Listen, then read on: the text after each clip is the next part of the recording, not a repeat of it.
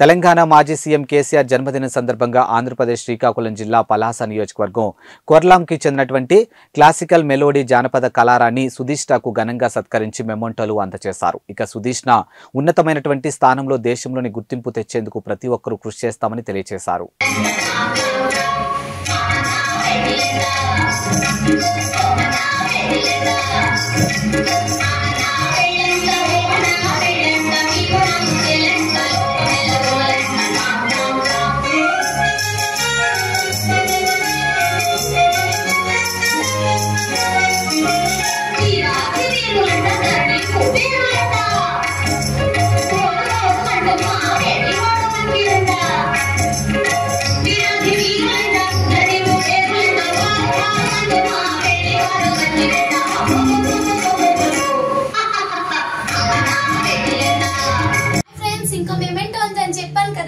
అది December 24th Gachibowli stadium లో పెద్ద ప్రోగ్రామ్ నేను వెళ్ళలేకపోయాను.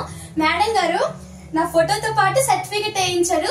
నేను డాన్స్ చేసే ప్రోగ్రామ్ దగ్గరికి వచ్చి మేడం గారు నాకు ఈ ఫోటో అండ్ మెమెంటో ఇచ్చారు.